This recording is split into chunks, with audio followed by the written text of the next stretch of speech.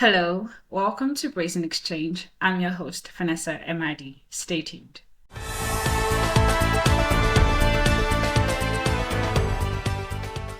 Hi everyone, hi Faye. How are you guys doing? Hi, Vanessa. Very well. Okay.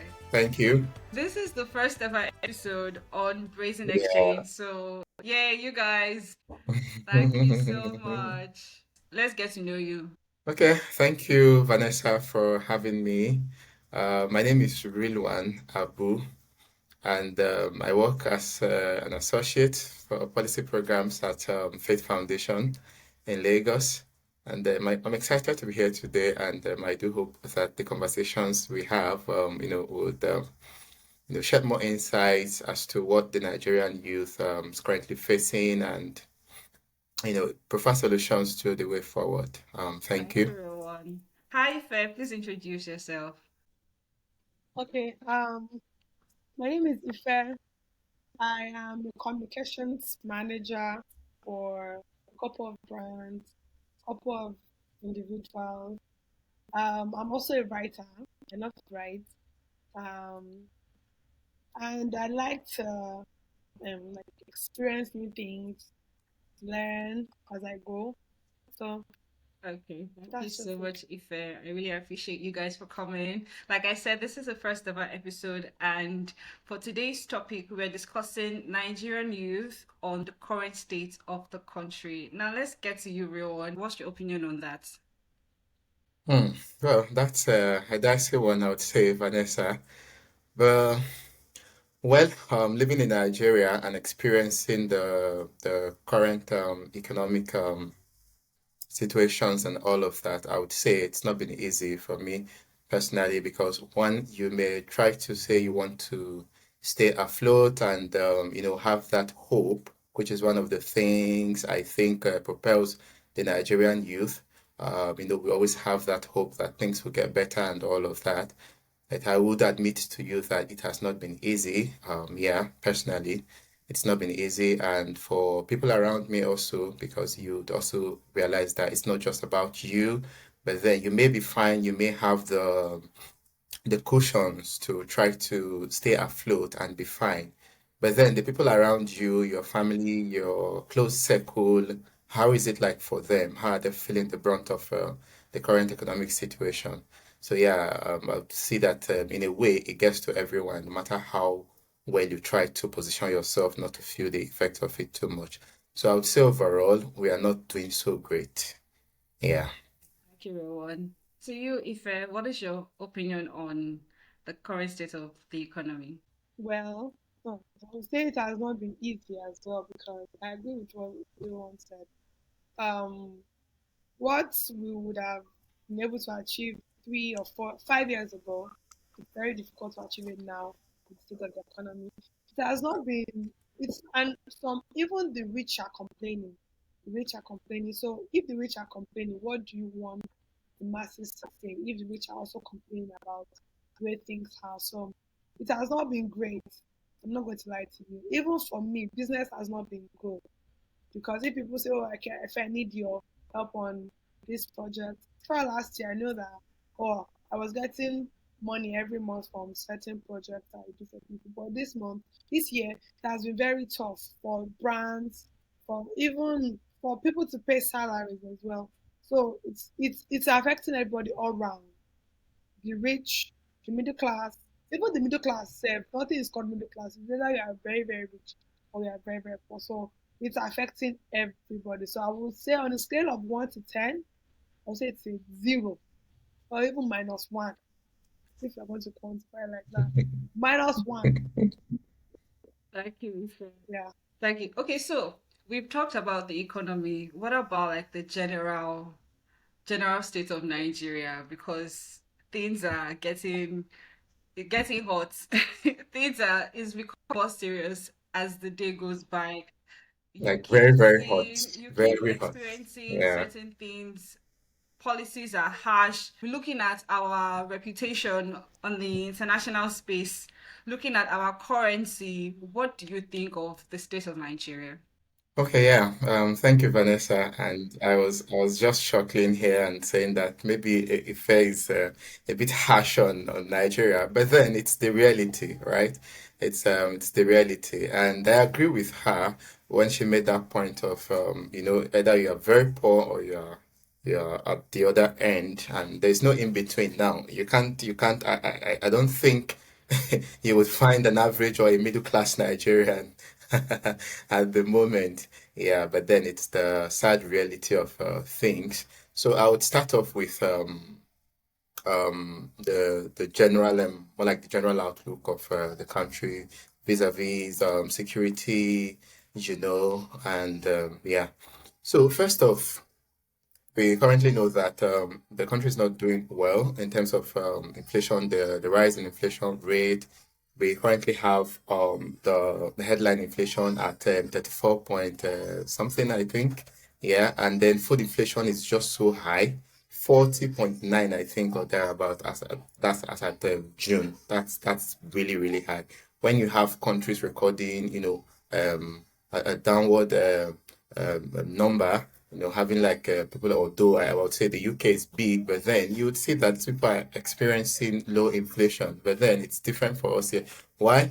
Because one, we cannot, at the moment, we cannot feed ourselves. That's the reality of it. And what becomes of a nation or a people who cannot feed themselves? You are going to be heavily dependent on a lot of things.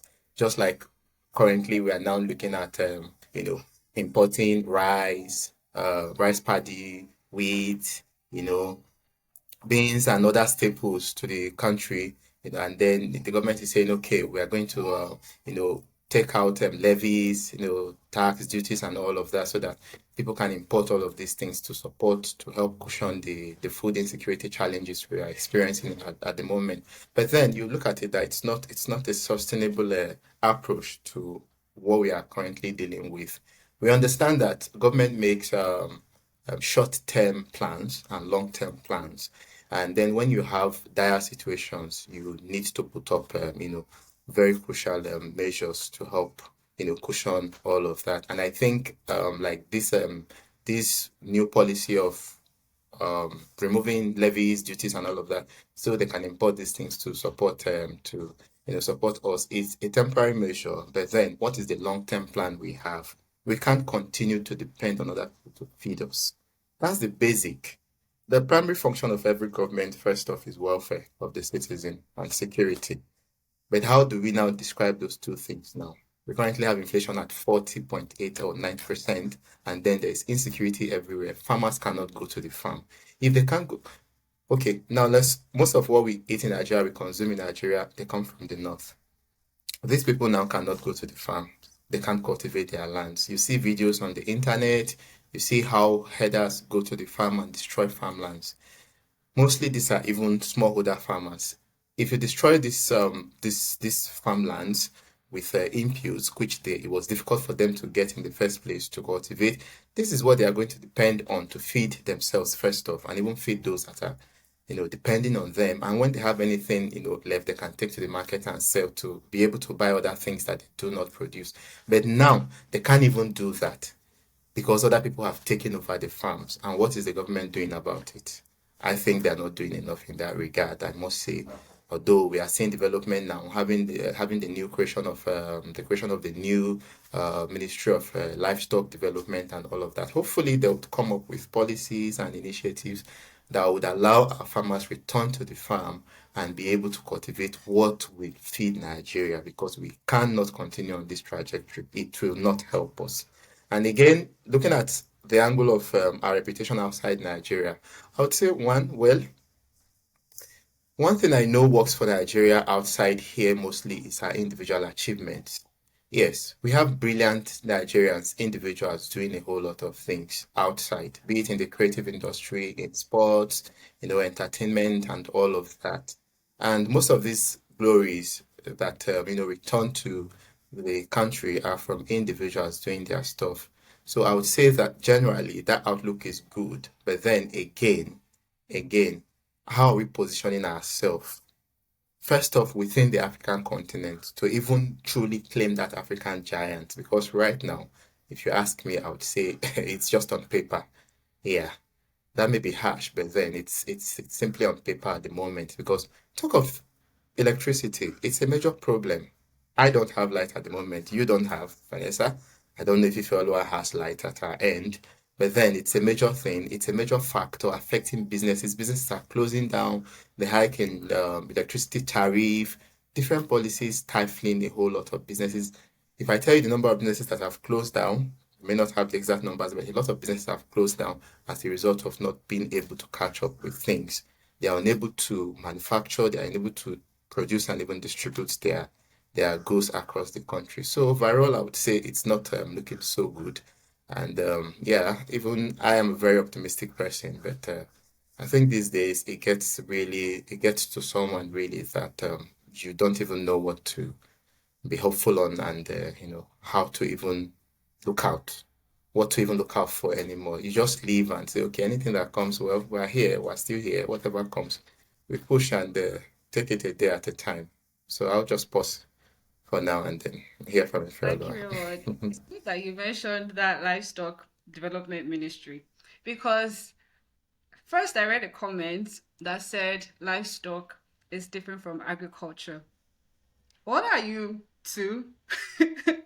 What is agriculture? How do you like please be for real? What is agriculture? Let's first ask that question. Why not empower the Ministry of Agriculture to be able to Yeah, carry out that? Do you understand? We also have Ministry of Defense. What yes. are they doing about the Mm-hmm. farmer header clash? And then I followed the news on Arise, and they brought in two people to come and discuss about it. And someone mentioned how it's not just about they keep focusing on the farmer headers clash, but then there's land grabbing involved. Do you understand? So they come in with their cows, graze Mm-hmm. people's farmland, take over it because of the amount of, will I call it, arms or whatever that they possess. These other the owners can't go back and yes, The they can't go process, back and yes. claim their land back. So Mm-hmm. you have your major focus is farmer headers clash, but no, there are other things involved in this thing. Why not empower the Ministry of Agriculture to do that? Well, and then talk about the fuel subsidy, please. You came Mm. in during your inauguration last year and you announced it that you're going to remove fuel subsidy. And that night, the price went, it hiked up. Do you understand? I recently bought fuel for 800 Of naira per course. liter. Mm. Crazy because as at 2010, I was buying it for I think 16 naira per liter. I can't remember, but it was really cheap back then. But now we are suffering all of these things. You say you Mm-hmm. remove fuel subsidy, and the purpose of removing fuel subsidy was what? Because the government is spending so much money. You want to reduce the amount of money government is spending, the amount of debt they are owing. But every year, you keep collecting loan. Please, what are you using those loans to do? You keep putting Nigerians into more debt. How are we ever going to come out of it? How are we ever going to? And then the policies they keep signing, you are not letting Nigerians really know what these policies entail, which is why I liked what the Kenyans did with the with their finance bill because it's like they went through it with a fine tooth comb and they said, this policy does not serve us. This is not for our benefit. And they called it out. So why can't we call it out? Why not be transparent with Nigerians and say these are the policies that we are signing on your behalf? Let us do something about it. But anyways, if please, what can you say about it? If I start to talk, the ground will be full. If I please If talk, I start oh, to talk. talk. First things first, apart from the economy, insecurity, politics, um, food scarcity. Well, see, there's a lot of things that is really going wrong. But when I talk to people, they will say, "Oh, before things can get better, things has to things has to go one type of way first before it can get better." Now, the people I spoke with, they've worked in the bank for 30, 40 years. They've worked with international bureaus. They've had experiences with finance, accounting, and all of that. But I still insist that things that don't have to get this bad before it gets good. Now, when it comes to the issue of insecurity, it's crazy that people that are supposed to provide us with food, I mean the farmers that are supposed to go to farm and provide food for the whole nation, they are not safe. They are being killed by the millions. They don't have the power or the strength to let me go and farm because they don't know if this is going to be their last day going to their farm. So that's also a problem. Now, second, it's a very crazy and a vicious cycle now. Well, I if the farmers eventually decide to go to the farm and to get products, now the money to transport those products from where they are to us in the south, to those in the southwest, is going to be double the money they usually pay. Now, if the seller now wants to sell it to the masses, how much do you think the seller will sell it after they spent almost half of the money they get to buy fuel? It's just insane as that how like when you sit down to think about it, it's just crazy. Not only that, the politicians they are saying one thing, they are doing another thing. It's like why can't you be straightforward about certain things when it comes to the country? Now you said they remove the fuel subsidy. What are you doing with the subsidy? The money that you remove, what are you using it for? Who is benefiting from the money? Is there a cushion? Are you cushion? Is there a cushion to absorb the effects of the fuel scarcity? Sorry, for the removal of the fuel subsidy? What are you doing? What are you doing with it? What are you doing to make the masses life better? Fine, you believe that you want to improve the country, you want to change certain things, but there should be a cushion to reduce the effect. Right now, in my house, my mom had to go back to the farm. There's a plot of land in front of our house. Somebody built house there. The person did not finish it. It's just there. My mom start planting. She planted 6 different types of vegetables. 6 different types of vegetables.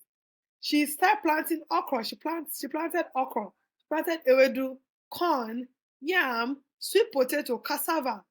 And she's not old, but I think that I can't imagine her, an engineer, going to the farm just because she knows that if she goes to the farm and she does few things, it's going to reduce her purchasing power. But not everybody has the power to say they have farm. Is it Lagos you want to go to and you are looking for a plot of land? How does that work? How does that work? It doesn't make any sense. Negotiators don't have space to plant, do they? No, it's houses everywhere. So yeah, it's just very insane. It's just an insane and crazy and maddening scenario when you come to think about it. Food is expensive, water is expensive, mode of transportation is expensive, everything is just expensive. But I also think that it also makes us and the upside to it is because I always see that no matter how bad things are, there's always an upside. Now, the upside I would say to this situation of the country, I would say everybody now is now going back to their farms. Everyone is going back to their small courtyard to plant something. Everybody's everybody is going back to do something for themselves because if not, how would they survive? How will they survive? Now normally if I have 10,000, I know how much 10,000 what I can buy with 10K. But right now, if I go to market with 10K, I'm like I come back with a very tiny line. I'm like, even to buy medication right now is freaking expensive. You have to start eating fear. It's just a vicious circle. Once because one policy affects everything. The removal of fuel subsidy has affected a whole lot of things. Even food, then they are not handling insecurity with.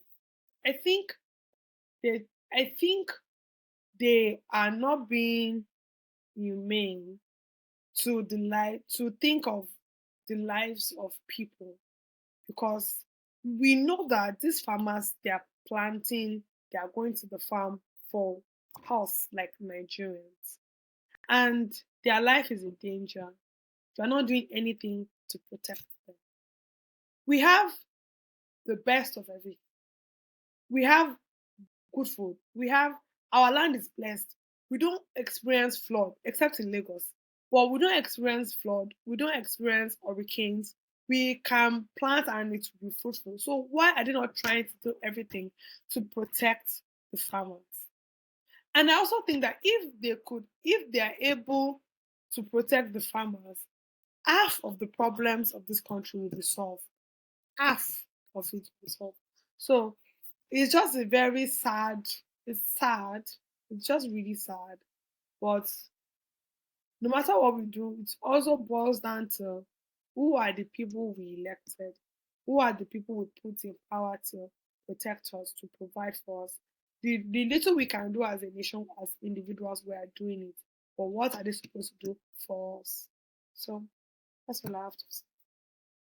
I think if I started us on the our next question, but before I go to that, when I think of naira devaluation, I'm wondering why hasn't there been anything that have been done by the government to raise up our currency? Why are we still suffering naira devaluation? What are they doing about it? Do you get? And then the second thing is our reputation when it comes to the international space. Did you see the latest scandal, the UAE visa? And then I was just telling Oh myself, what would these people be thinking about us? Please. Our God. our youth are already suffering due to this naira dollar crash because they are over there, they're in the other country, international countries, but then they're not able to afford their fees and all of that. The government isn't doing anything about it. And now this UAE visa thing, why do you want to shame Nigeria, please? Why do you want to shame I Nigeria? think Please. this take will be funny. This take will be funny. This take will be funny. I think they just take pleasure in doing bad things to Nigerians. I think it makes them happy with doing bad things because the thing is that if if if we have man see, somebody said something. Somebody said like when you are excavating in the ground, we are excavating. Nigeria is like is has been excavated and there's absolutely nothing left. Absolutely nothing left. Because in the first instance, why would UAE ban us in the first instance if not for something that has happened? And they are not doing anything to improve it so that they can unban us. Not even only UAE. What are they doing to unban to what are they doing to redeem that to redeem us so that UAE can unban us. I don't know. I don't know.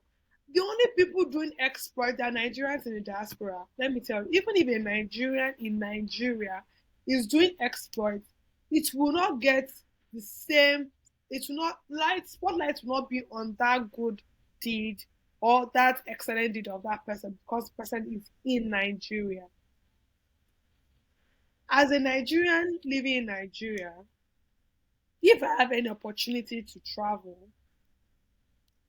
because I know that if I'm in Nigeria and I do good, no matter how great, how beautiful, how awesome the good is, it will not get the spotlight that it deserves.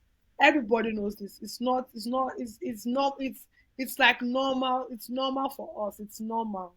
It's very rare to see a Nigerian doing good in Nigeria and life is being it's no, it has, for the past few whatever it has not so far.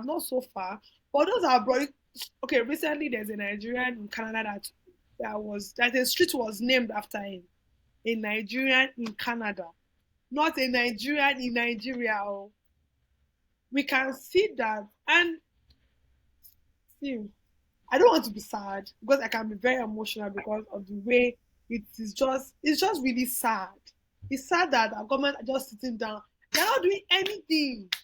They're not doing anything. It's just and somebody said something that when you're in a position of power, you first of all think of yourself. Before you can think of other people, you should maybe you are just a very great person to think of other people because our leaders are not thinking about us. They are not. And I think if we get some one person that's not self-centered, that isn't selfish, that has the best interest of Nigerians at heart. These our leaders are saying they have our best interest at heart. They don't, because if they really have our best interest at heart, the little things that will make life easy for Nigerians, they would have done it. Or am I the only one thinking this way? Because it's just it is see, I don't want to cry. I don't want to cry because it's Please very don't. emotional when you think about it and when you sit down and when you see, oh my god, and yeah, it's just very emotional. Honest, I'm not going to lie. I'm not going to Oh, lie. you It's just you really you're sad. good when But when I you say hope that. that Um, when this video goes up, everyone can see that the masses, people are really going through it. They are really going through it. They're really going through it.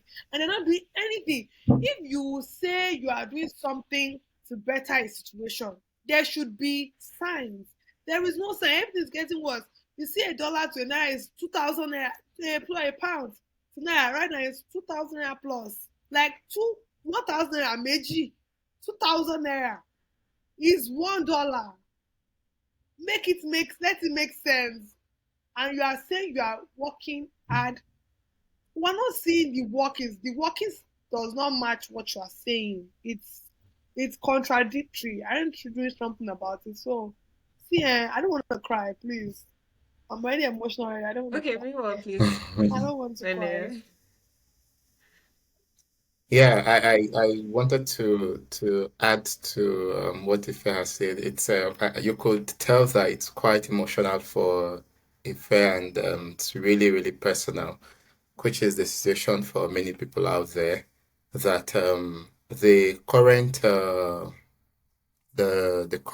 downs in a way outweigh whatever progress we may be making as a nation, right?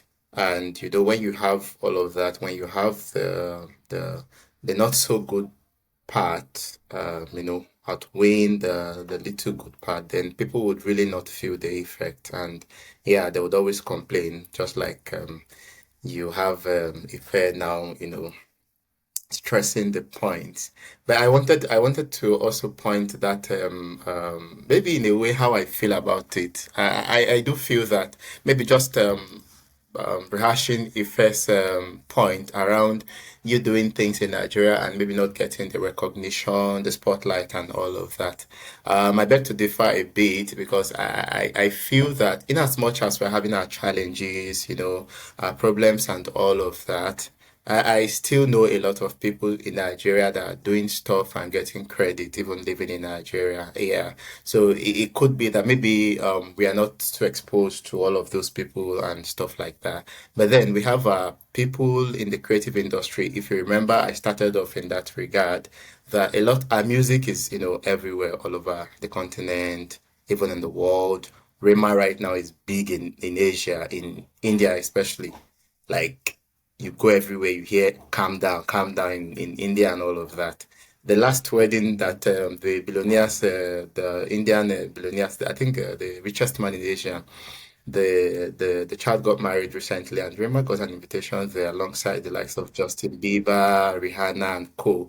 So I think people are doing, stuff and getting that recognition they deserve. But again, when you have when you have the downs, the bad side of the economy outweighing whatever progress you are making, people would tend to forget. It's just like you doing good all of the time. You do good 99 times, you do one bad, it takes over it takes that bad takes over every other thing.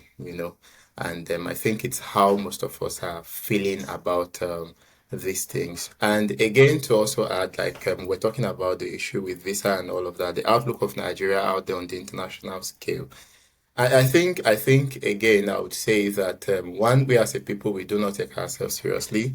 Then secondly, it appears as though the government does not take the people seriously too. Because one, you look at it that okay, nobody should actually be able to come and tell you as a sovereign nation that you know, you shouldn't do this, you shouldn't do that, and all of that. Yeah, you have your own, you have your own modus operandi, your ways of doing things, and all of that within your country. And then, as a people, you know what you know where you stand, in the Committee of Nations and all of that. But again, if you do not take yourself seriously, and then the government, I mean the people do not take themselves seriously, then no one is going to take you seriously out there. Yeah, and I'll come to that point later where I'll be stressing the need for good followership as well, so that we also are able to be ambassadors and paint a good picture of the country out there. Because when you look at the precedents, you realize that there is also a backstory to the UAE story and all of that that even led to the visa ban in the first place. I hope we've not forgotten that. They kind of hinged it on the activities, the way Nigerians over there, you know, behave within the country and all of that. So there's a backstory to that. And as a sovereign nature, a nation, you wouldn't want, bad influence sometimes. Yeah, you wouldn't want bad influence within your territory. So you do whatever to protect your citizen in a way. But the latest scandal and the latest requirements, which they have debunked in a way because they said it's not from them, that even the website that they're supposed to pay the money did not emanate from the UAE. They've kind of come out to say, no, it's not from them. So wherever it is from, I hope it ends somewhere there. But that's just to add to it that, yeah, as a people, we need to, in short, agriculture should not just be um, a last resort for us. It should be a part of us because, like if I pointed, we have good arable lands. We have what it takes to feed ourselves. It should be a part of what we are doing because it's one thing everyone is diversifying. People are moving away from oil.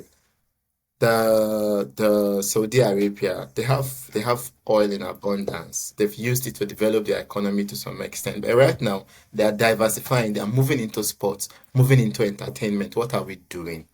You know? Now we have agriculture, we have the entertainment. How much are we investing in these things? How are we looking at the security architecture to see that the farms are safe for people to go? People are able to get inputs, are able to get support, policies to support agriculture, so that we're even able to feed ourselves. Because right now okay, we are saying we have an estimated 200 million people, which I'm not even very sure that stat is accurate because, yeah, there are a whole lot of people out there, like a whole lot of people, and we keep giving birth to children every now and then, believing that God will take care of them for us. Yeah, so that's another discussion for another day. But then there's going to be that demand for food.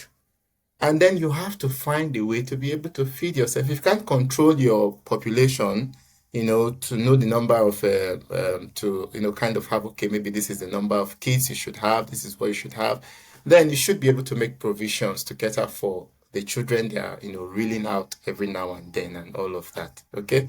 And this is not to say that I have issues with people giving birth to kids and all of that. But then when you look at what's happening around, happening around holistically, you see that, yeah, even in the midst of all of these problems, the economy is, shaking and all of that. The population is also increasing, and then, we'll But get you there. have beef. Yeah. I'll You just pause have for beef now. with people that have more than two children. No, no, no, no, no, no, no. It's just me. It's just me being kind of Yeah, direct listening with to you. my Not views here, details. because aside the government policies, we as a people also need to be serious with ourselves. We need to. Again, I'll come to that. I think I hope we do have the time, and then I'll be able to touch on discipline. The people. What can we even as a people do to help ourselves and even help the nation? I think when Ife was Thank you. Over speaking, to, over to you, Vanessa. yeah, thank you. I think when Ife was speaking about not getting recognition, I don't, I'm trying to speak on your behalf, I guess, but I don't think it has to do with the entertainment sector because everybody knows that entertainment in Nigeria is big already. That's it doesn't need to be talked about. That's the only thing that the Nigerian government are attaching to our entertainment sector. The sector is big, in fact, bigger than the government because they are literally doing it without government assistance or help. So, but other people, like let's say you are outside the country and Like the example she gave, there's somebody that in a street has been named after. Nobody knows exactly why the street was named after him. What if he had done something good to that, to the people in that community? But the story is not out there. Do you understand? People don't spotlight those kinds of issues, the good things that you're doing, maybe being a good citizen. Even I that's a thing to be celebrated. But they don't celebrate things like that, being a good citizen, making impact in communities. Those news are barely out there. But every Yeah, time there is something terrible that Nigerians have done yeah. outside the country, not just their Mm-hmm. media, our own media too will spotlight it for there, for the world to see that Nigerians in this place Yes. have done this. Mm-hmm. Ah, I the Nigerian that returned the Nigerian that returned somebody paid some coins in USDT yes, to I heard that someone, story. and the Nigerian that returned the money, there was nothing. It was on Yes, Twitter. I was he scrolling sent the through money Twitter back. and I found it. Now, what I'm trying to say with the whole spotlight thing, I mean, as those stories that we hear about of people that have done good, have they had any impact on Nigeria itself as policy changed because of those stories that they've heard? Because Rema performed in a big place, does that mean if we apply for our visas to countries like that, we then say because this person is from Nigeria, let's do something different? No, we're not getting it. We're not getting it. Or maybe because Nigerian athletes are doing well in the NBA, in the NFL, in football clubs all over the world. They are not doing anything good. There's no positive from those things. There is no positive from those things. What AFCON that we won second place? Nothing. We didn't get anything positive from other African countries that can benefit The government isn't Nigerians. Nothing. proactive in So that with sector. all this spotlight that is they are not I'm saying something. I said something. I said if there's and I also think that we have PR problem. Nigeria, we have PR problem. If there's something good, we are supposed to ride on that coattail. We are supposed to ride on that wave. If there's something good that the Nigerian did, or maybe something good happens in Nigeria, we are supposed to promote Okay. it. But that's something good, Seth. It's either bank on controversy, like Air Nigeria, the airplane. Apparently, they did not buy any plane. They painted old one. You can imagine. You can imagine. Yeah.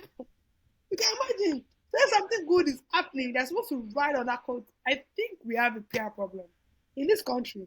They don't know how to benefit with good PR. They don't know how to No, benefit but with I good think it PR. also They falls don't. back They on. don't. The country itself needs a PR industry, I PR think company. if it The falls country back needs on a what PR you said company. about their words not matching their action. I actually think is their words and their action matching, because he did say he's going to reduce Nigerians' purchasing power, and it is it is in effect.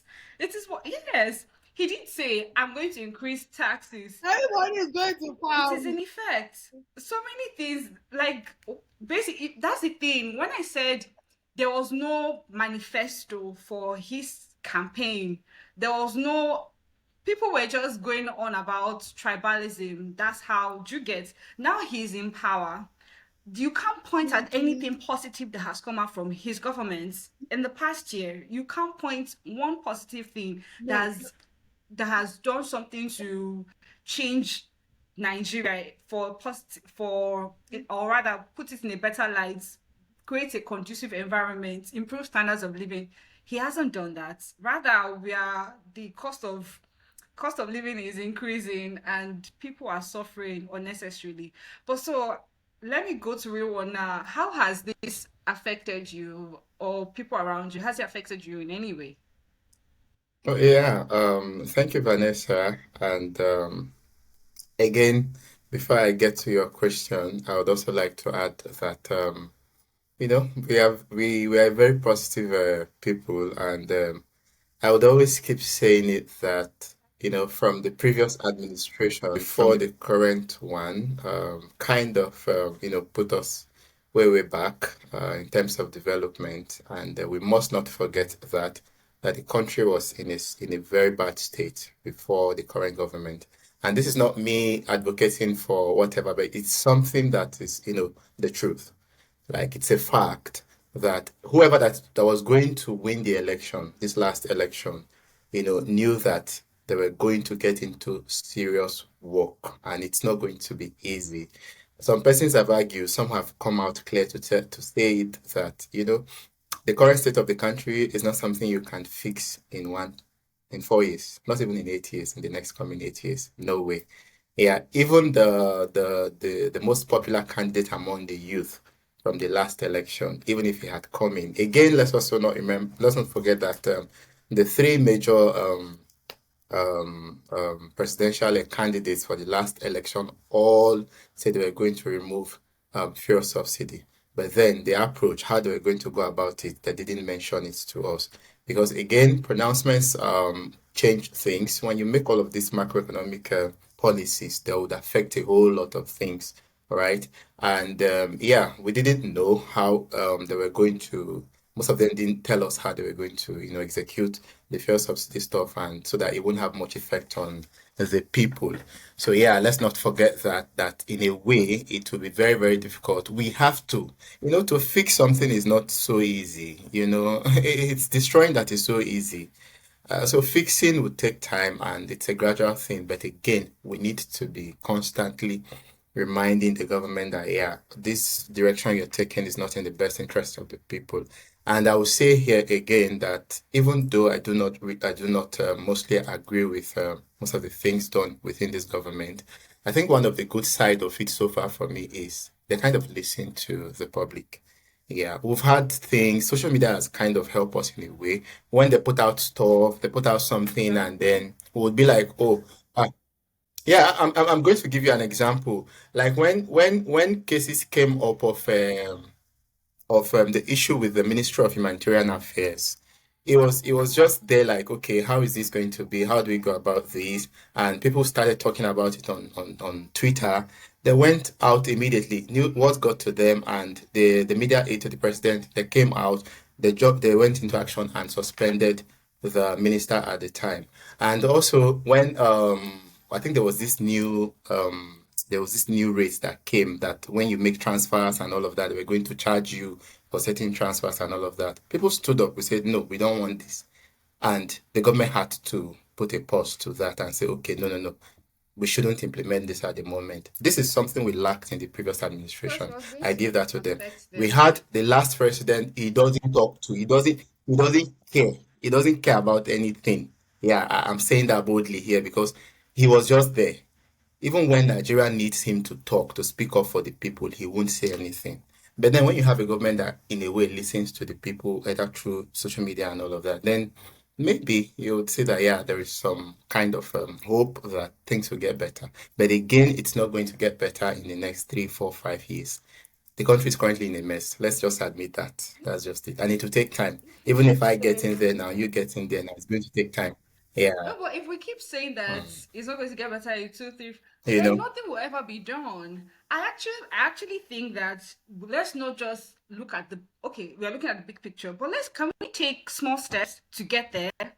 Can we start doing that first instead of saying it's not going to be better in 2, 3, 4, 5 years? No, please let us see from your policies that you have us in Yeah, mind. Vanessa, let me cut Okay. you. Let me cut you in a bit.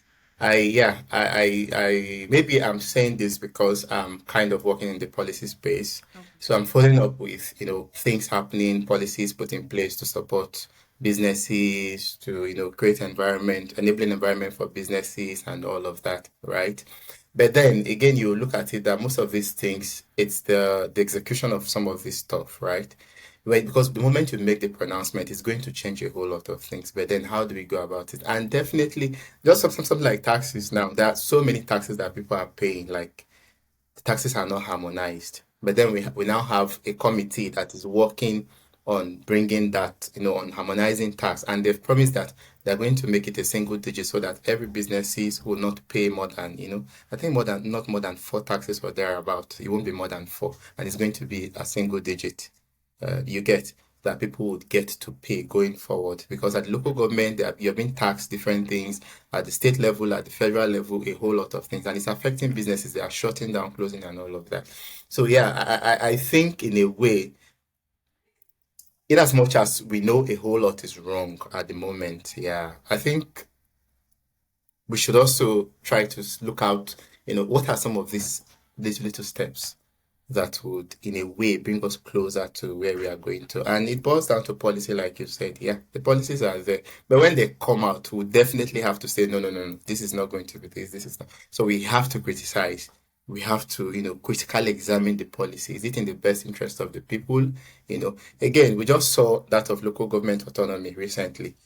The government kind of took the state government, the federal government took the state government to the Supreme Court. That's a win for everyone, for myself, for you, because your local government is the closest government to you. So yes, And yes. I am happy now that that autonomy is there, that money is coming in. We'll be able to ask questions, know our local government chairman, know what they are doing, the money coming to them directly now. How are they even using it?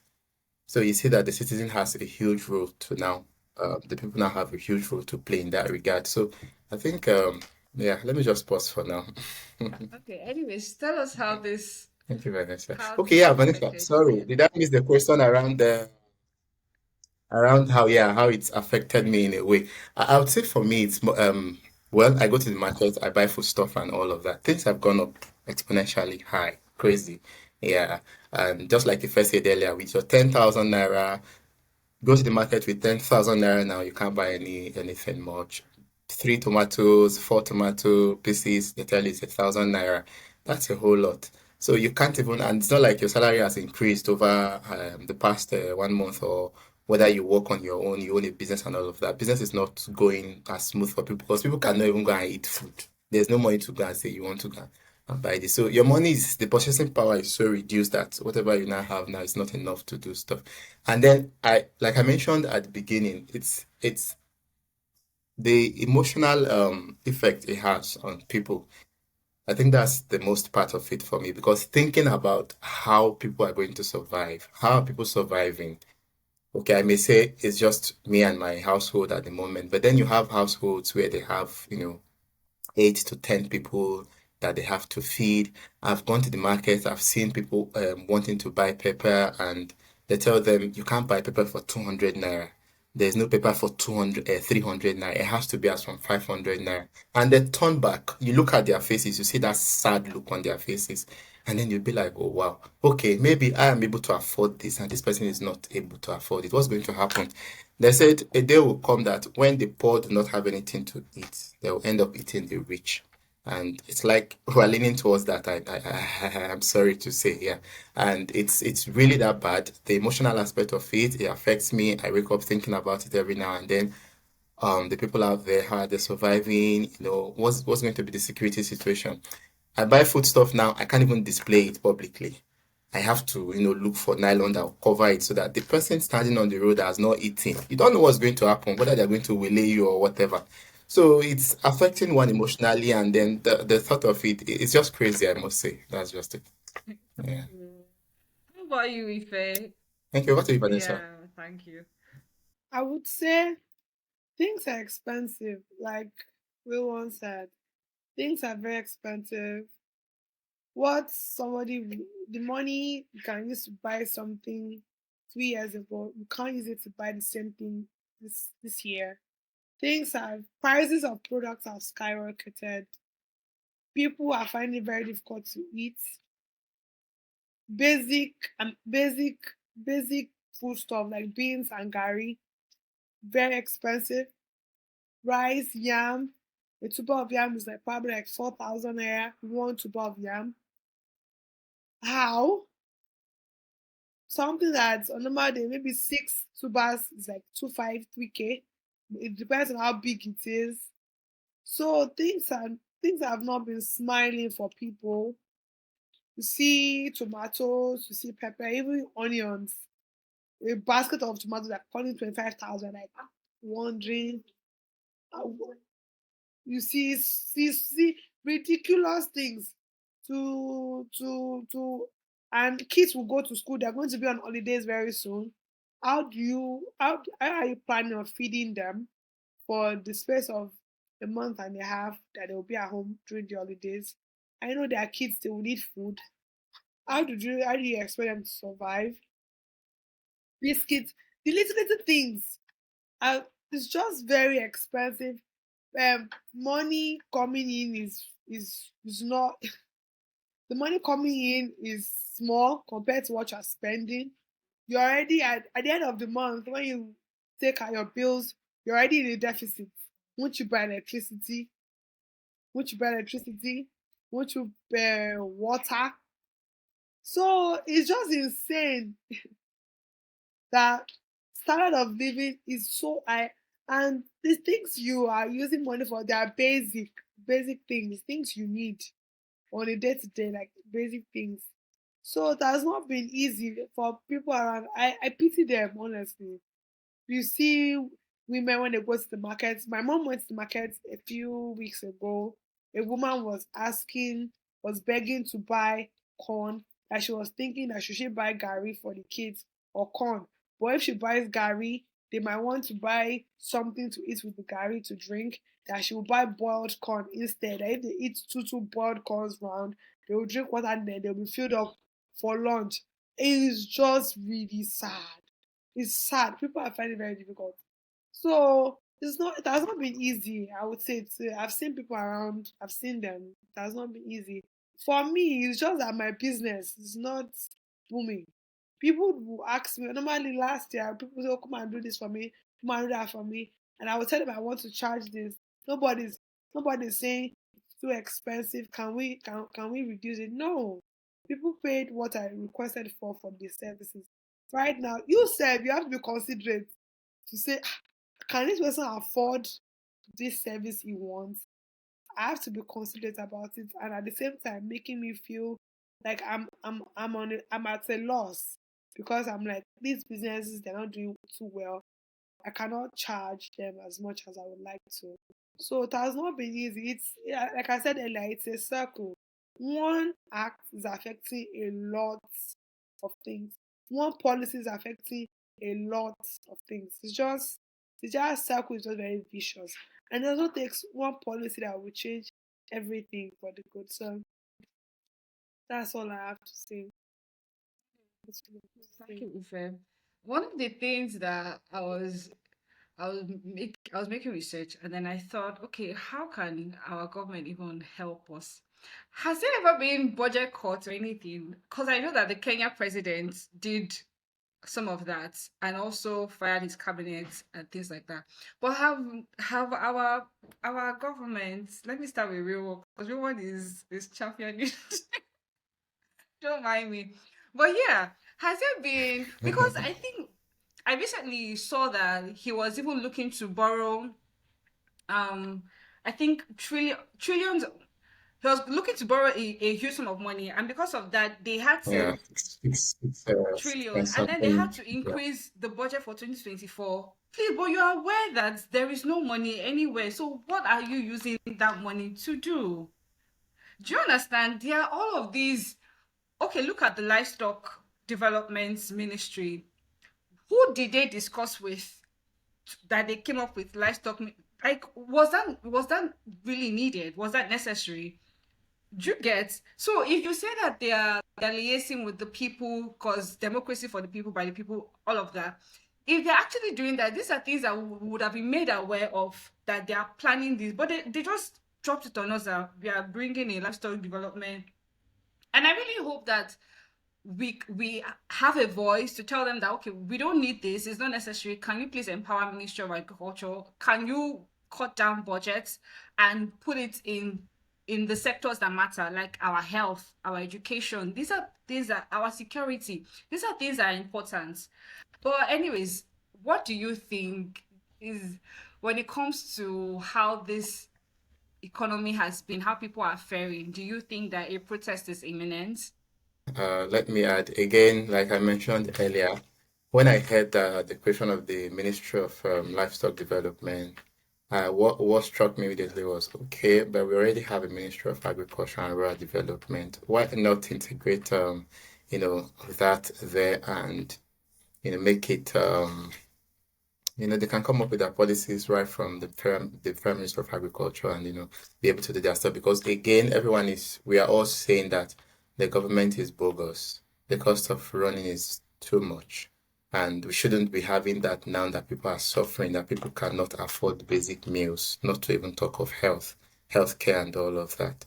So is this the right time to be having new addition to an already kind of bloated cabinet? Because I mean, we have a whole lot of ministers that you would also want to question how they're faring and what they're doing or adding to the economy.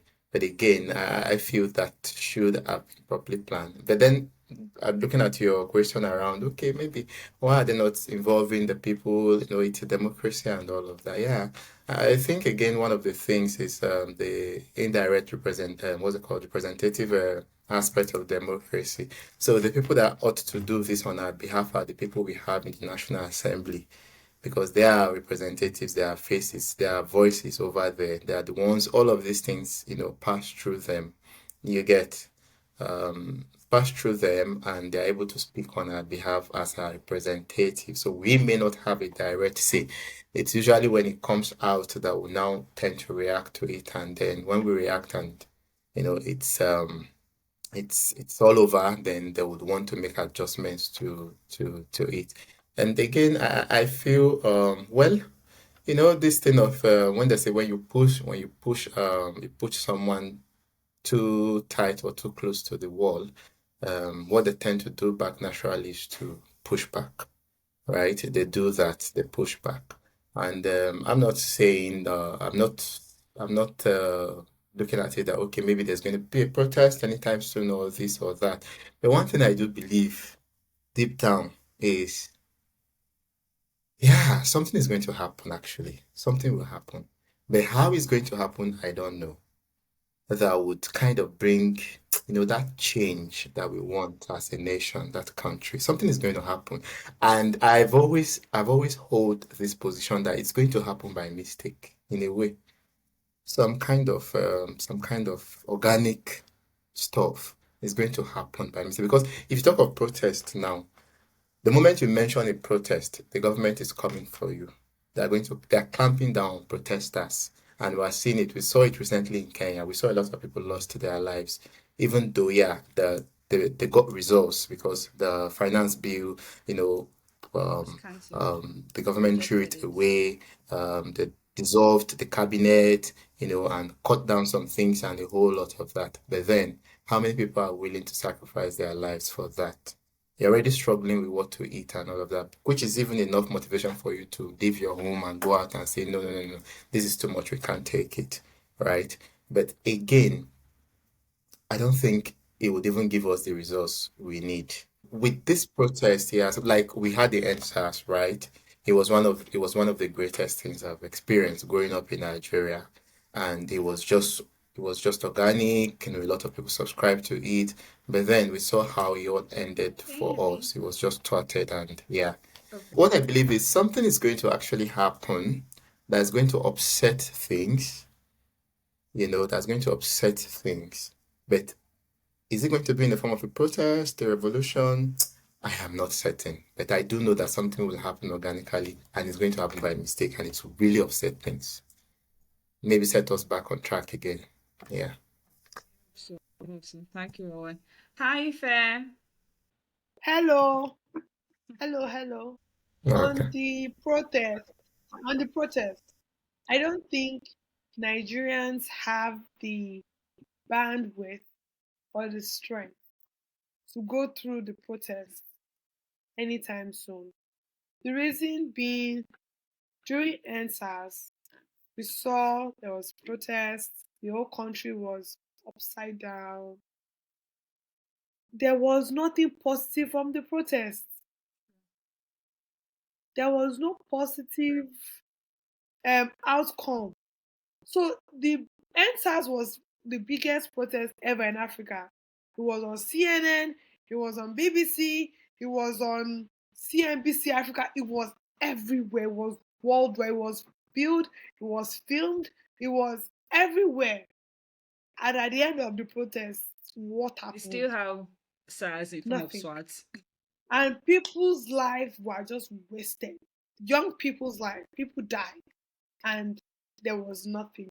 Their life, the loss of their life, there was no good that came out of the loss of life. Nothing, absolutely nothing. There was nothing. When I see tweets about Kenyans, they are saying things about if Nigeria should protest, things will be better. Guy, we did it in 2020. It was massive. It got worldwide recognition. People were donating. Non-Nigerians were donating from outside the country. It was huge. I was living at Lekki Phase 1. I could hear the gunshot. So it was there. It was one of the biggest ever in Africa, where young people got tired of the government, of everything. And at the end of the day, what was the positive that came out of it? Things still got bad. Things are still worse. Things are still worse. They're even worse. There was nothing good that came out of the protest. Absolutely nothing. There was nothing. With the barricade at Lekki Tollgate, with the camping at the Lagos State House, absolutely nothing. Nothing positive. So a protest, maybe, but huh, I don't think a protest would happen anytime soon. We've had the biggest. So what more can we have now? But We've had the biggest. So there's what more? talk about there being Come an on. August 1st to August 10th protest. I don't know how true that is. Let's wait and see. Let's wait and see. But if Let's it wait and see. happens, will you Let be us a wait part and of see. it? See, the emotion that I felt during the 2020 protest October, the way I felt when I was watching the live videos of young people being killed, or when the government started saying stupid things like green screen. How? How? We're not dumb, we're smart. We're a country filled with smart young women and men. Saying it's a green screen, saying we shot a movie, saying all sorts. I still feel some type of way. I still feel very emotional about young people that died. A young guy on Twitter saying, I hope Nigerian does not happen to me. And shortly after the Yes. guy died, you know, I still feel that the way I felt 2020, I was feeling down, downcast. Anytime I think of it, it still makes me remember that young people like me lost their lives while trying to fight for a better country, just for the future of their kids and their grandkids, and see what still ends up happening. So I don't think I want to do that. I was at Lekki to get one of the days of the protest. I don't think I want to do that. I don't think I have the emotional bandwidth to go through that again. I don't know. I'm not gonna do that. I don't think I want. No, Thank no. you. Thank you, Ife. And I think it's one of the reasons why in 2023, many people, the youth, came out in numbers to vote because it was all about I'm going to use my vote Yeah, to elect the yeah, government that will listen to us. But real one, do you think we got yeah. we got what we wanted?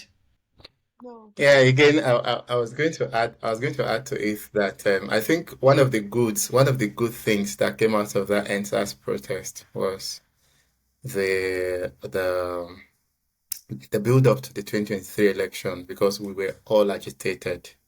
We were angry at the government for what they did during that period to the people, and then we wanted to, change the government. And you saw how, revenge. the campaigns, the movement, unfolded, even though we didn't get the outcome that we hoped for. But again, when you have a democracy like we have in Nigeria, you have a multi-party system like we have in Nigeria, you don't give up. You have to keep striving. You keep pushing. What we did in 2023 was really huge. It shook the nation, shook the continent. How people canvassed for more or less the party, the third wheel. It's always between the first and the second party, either the incumbent party and then the opposition, the major opposition. The last time we had two major oppositions, and we saw how that came really really tight. That everyone was just scared. The main candidates, they are the ones we are used to. They were scared. They didn't expect it to come out that way. So we made that good noise, and I'm hoping that if we sustain the momentum, I think, yeah, in the coming election, if we are able to sustain the momentum and even make it way bigger, would have the desired outcome. So it's not to relent. I know the country is in a mess right now, and people are losing hopes and all of that. But if you really want to effect change, you want to bring change, you don't just try once and sit on your horse. No. The first time you are going to have issues. Even the second time you may have issues, but you need to keep going. You need to keep pushing. It is that persistency that will now bring that change for you in the end. So I'm hopeful and yeah, hopeful that if we're able to sustain the momentum and we keep educating ourselves, let's even get to know our people. Let's know our representatives. What are their responsibilities? How are they supposed to stand in for us where they are? And also get involved in the politics, especially at the grassroots level. That is one of the things we should do as citizens that I feel. Let's educate ourselves because if you don't know, there's nothing you're going to say to them. And again, I also somewhat believe in dialogue. Protest to bring you to the dialogue table most of it, sometimes, right? When you protest, then they now say, okay, please come, let's talk. But I think we should even find ways of trying to understand that, okay, you're representing us. What is even happening? What are they saying? Why is this like this? Create a forum for us. We want to speak with these people.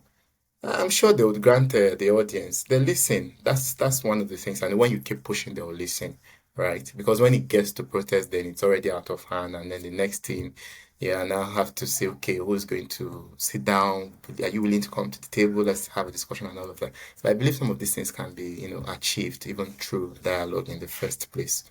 Yeah. Thank you. Thank you, everyone. So, if I'm going to combine these two questions together, right? What recommendations do you have for the Nigerian youth trying to navigate this current economic situation? And then, what would you advise the government to do regarding resolving this economic crisis, this state that we are in? The first thing I would say to Nigerian youth is that they should keep striving for greatness. They shouldn't give up because I feel like um, to get this thing solved, it needs to start with themselves. You now, the country might not be encouraging to young people, but the little we can do, we should keep doing it. And hope that one day everything will make sense. Because I believe that everything will make sense and everything happens for a reason. The Bible verse I always use if I'm feeling down is all things work together for good. All things. Romans 8, all things work together for good. So I believe that everything happens for a reason. And as young people, we are in this space for a reason. We are in this circle for a reason. Things happen for a reason. Things are happening for a reason.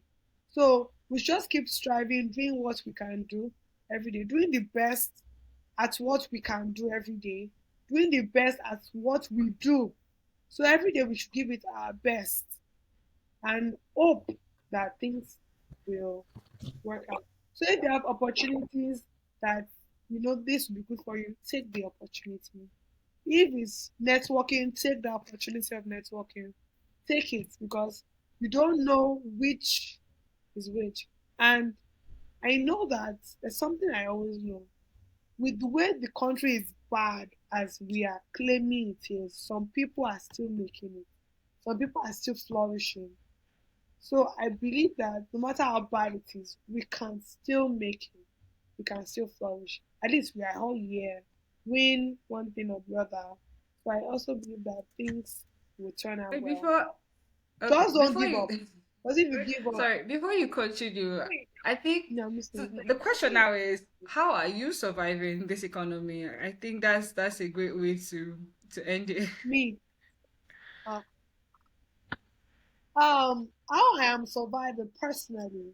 I try to be hopeful, and the little way I could be hopeful is I read a lot of books. I take a lot of online classes. I search for opportunities that will be better for me, not in this country, by the way. Opportunities in the diaspora. Let me put it out there. Opportunities in the diaspora, and I know that it will benefit me. I'm taking online classes. I'm reading. I'm the little businesses that's come my way. I'm taking it, and I'm learning in the process. I'm learning, and I'm also trying to find joy in the midst of everything. Because if you don't have any reason to have joy, then you will not find anything good. That's why I see young people commit suicide because they don't find joy. Even with the way things are bad, I always have a reason that everything will work well. That's how I am surviving. That's how I'm coping with the whole thing. And that's how I'm coping. Because if I don't have a coping mechanism, I've lost my mind long time ago. So that's where I am coping, and it works for Okay, so me. what's your advice for the And I also government? think that it can Okay. also work for the government. Show your workings. Let's see. You say you are doing this. Let's see the workings. And let us have the effect. Don't just focus on your pocket. Think of what the masses are going through. It's really bad. It's sad. Think of it.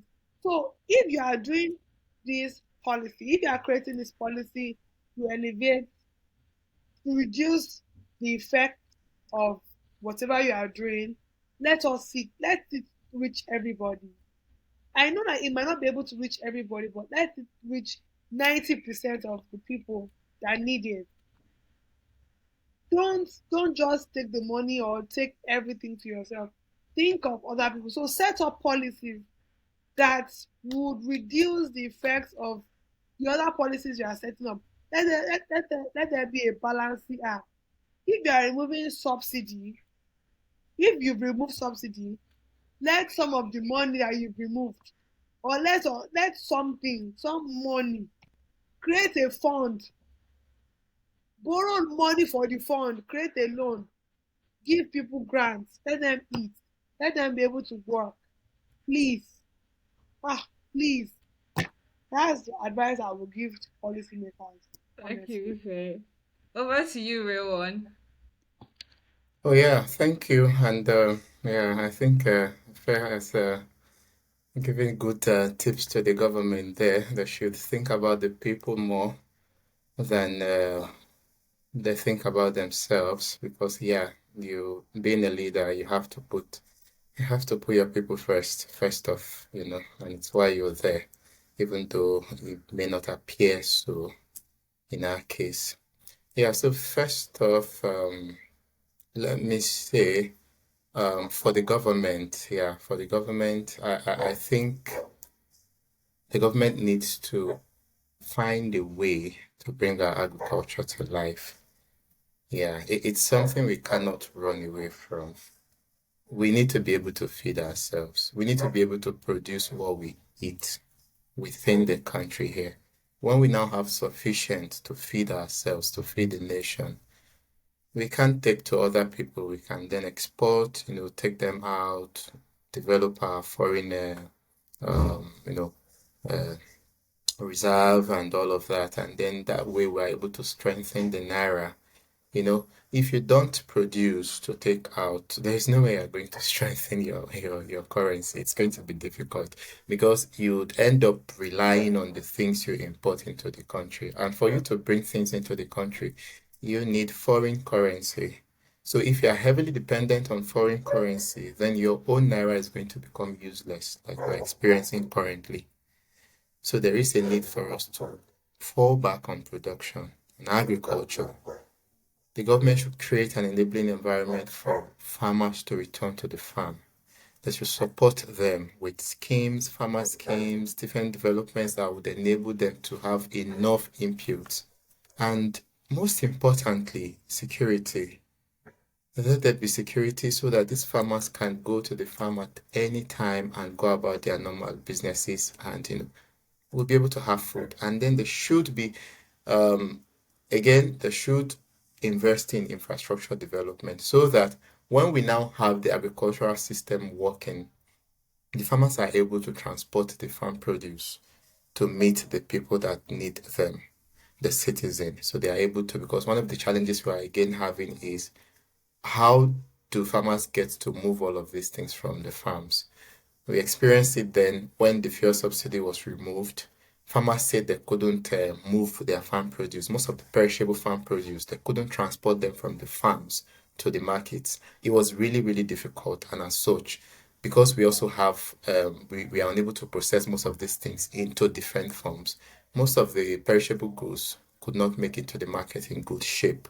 So there is a need for us to also, the government to invest in infrastructure development, good road network system, good transport system, public transport system that you won't need to have so many private vehicles on the road. This is what people in working countries do.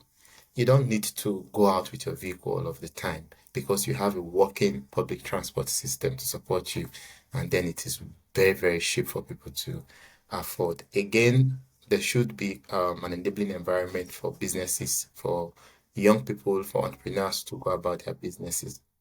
Right now, I'm not seeing jobs as we used to see before.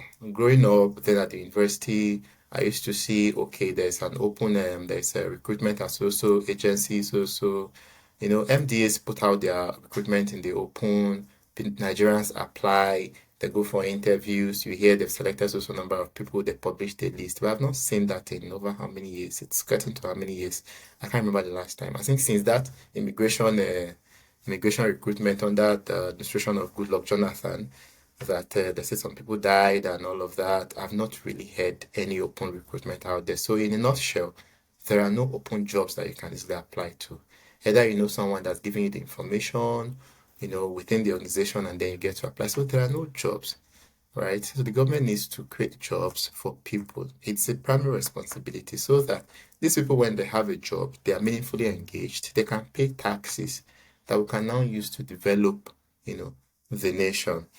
And lastly, again, our electricity, which is still part of the infrastructural development, the government should do something about it. It's really, really poor.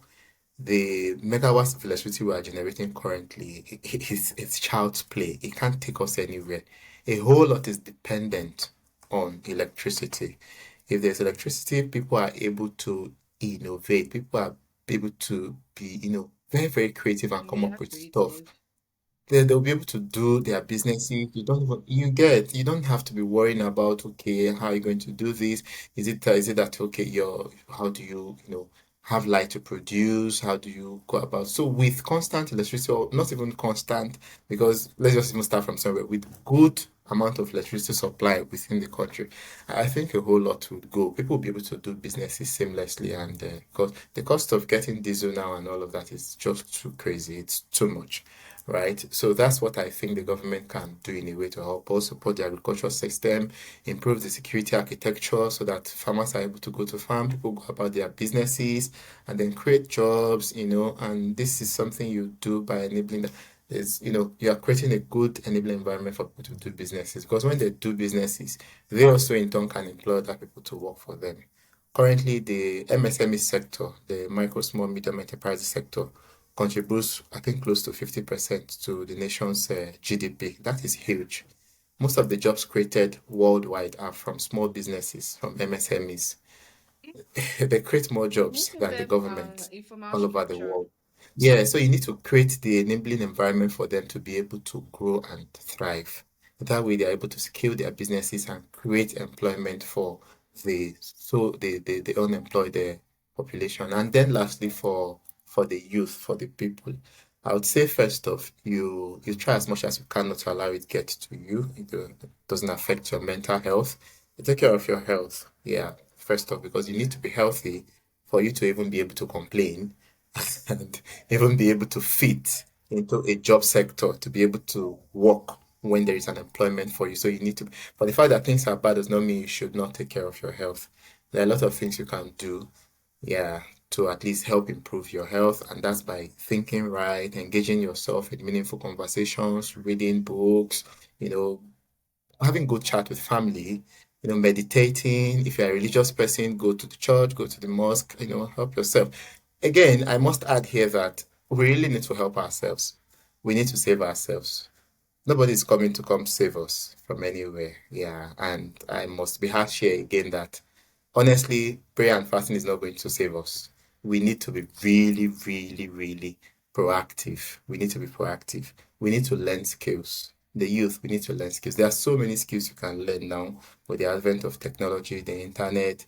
It's made a whole lot easy for us. You can learn digital skills that you can be in Nigeria here and secure jobs outside Nigeria that you don't even need to step out of your house to do things. Again, I know to afford the things you need to do these things may be difficult, but then you need to be able to put in the sacrifices on your own. Go outside your comfort zone. Do things that would do things, legal things that would give you money to be able to, you know, position yourself to learn the skills that would help you. Because again, we are not seeing the jobs from the government, and it's not looking like an angel is going to come from heaven to help us anytime soon. So we need to help ourselves. We need to take our destinies into our hands and be very proactive, learn new skills, and basically also again obey the rule of law. Order, be disciplined. Because if you are disciplined within yourself, it's going to reflect in how your outlook of life is going to reflect in how good a citizen you are. Because you are going to obey rules, you obey laws, you obey orders, and then you don't do things because every other person is doing it, but because you do it because it is the right thing to do, and you avoid it because you know it is not good. Religion shouldn't be the thing to teach you to know between good and bad.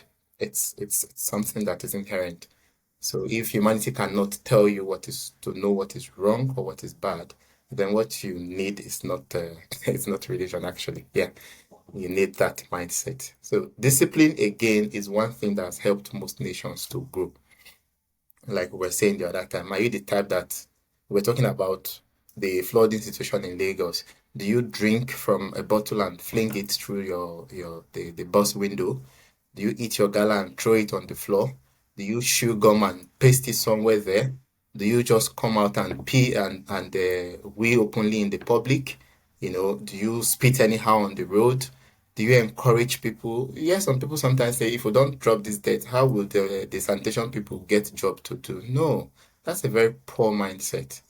Yeah, it's really worrying because these are the people we live with every now and then. You dress, you're fine in your Uber and your car, and then you eat, you throw the styrofoam outside the window, you leave it there. No, I always tell people you need to instill this discipline in yourself first off. Because if you don't do these things, when you get to the position of authority, you are going to do the things that we're complaining that our leaders are doing now. Because you two, It you are might not, be shocking, yeah. but could we actually be a reflection of our government? That's something to think about. Yeah, yeah, in a way, yes. Because sometimes people are mostly moved by, what happens around them. So when you see that okay, the government is doing this, they don't care about you, you just want to do things the way you like, not following orders, and then you also see how the people in authority don't even follow the rule of law. The court tells them to, okay, come and appear in the court. You see the governor, they don't appear. The minister, they won't appear. They won't, honor the rulings of the court and all of that. These people do not follow the rule of law. So sometimes citizens will be like, if the governor is not doing it, the people in authority are not doing it, what is my own? You get it. You would want to you now see that there is a reflection of the people in authority. But again, I will keep saying it that if 99 people are doing the wrong thing, you should be that one odd person out there. Because even if the people are not going to accept and say that you are doing the right thing, posterity will remember you for it. That, yeah, you stood on the right side of things. So I think I'll just wrap it up Thank there. you so much, Rowan. Thank you, Ife. And I agree. I agree, especially Thank you when very it much, sir. comes to unemployment. I will say that the youth have done a tremendous job in securing employment for themselves, in the sense of like the gig economy right now is so huge, and that is what the youth are doing, because they have decided that okay, there's no job opportunity anywhere, I'm going to Yes. create jobs for myself. And they have done that. They are taking online classes. Tech is the big thing now. Tech is the oil for youth. Everybody's going into tech because that is the job that is available, not just in Nigeria but outside Nigeria. So the youth are doing several things to create legal jobs for themselves. Mm-hmm. And I must say that I'm proud of the youth, because your government isn't helping you, but you're doing all that you can to help yourself. So yes, they are doing well. But then we need the government Yeah. to create policies that will even help them, because their their work structure is almost informal, if not informal. And when you're in an informal work environment, several things, there's high chance of exploitation, right? There's high chance of there's other things that would take advantage of you, because of the fact that there are no structures in place to Yeah. for your own benefit as an employee. But now imagine if there are structures in place True. that they've set aside. Okay, no matter the fact that these people are in an informal sector, let us do all that we can to protect them. Especially Sector. the creative sector. That's a very huge Mm-hmm. sector in Nigeria. But you find out that they easily get people take advantage of them, because there are no policies, no rights to protect them and protect their work. So this if, we just need our government to to think of us. And then I'll say for the youth, please get your head out of the sand, right? Get your head out of the sand and take a look at your environment. Look at I think that by paying attention to Yeah. what your government is doing, instead of saying that you are not interested because it's not benefiting you, can you just pay attention to what your government is doing and start calling them out on things? Look at how the example you gave, we call them out on that, the tax that they wanted to put on the banking transaction. But I will say that it's Yes. because they were Transaction. going to Oh, be yeah. affected. That was why they paid attention to that. It was going to affect everybody directly. So if you just pay Yes. attention to certain policies, tell them that we are actually interested in these things that you are doing. We want to know. You don't just make rules and give it to us. Can we just come together to discuss this? Because this is democracy for the people, by the people, of the people. So we are not running a military regime. It's not that. So if they can pay attention to what the government is doing and call the government to order, then I think things can start working. That's more steps that we need to get to the big picture. We can actualize it. Anyways, thank you so much for coming on my podcast. That you set us off on the right path. If I need your camera on, Thank you, oh, Ife. Vanessa. So please, can you share your social media handles just quickly? I know that Ife does this thing on LinkedIn where she puts PR and communication notes. I think she does that every week. So if you could just share your social media handles so the audience can reach out to you guys. Okay, so on LinkedIn, I'm simply Rewan Abu, as you see on the screen, Rewan Abu. And then on Twitter, on X, yeah, you can find me at Abu Rewan. And on Instagram, you can also find me as Abu Rewan. So yeah, it's just that straight. On Facebook as well, Rewan Abu.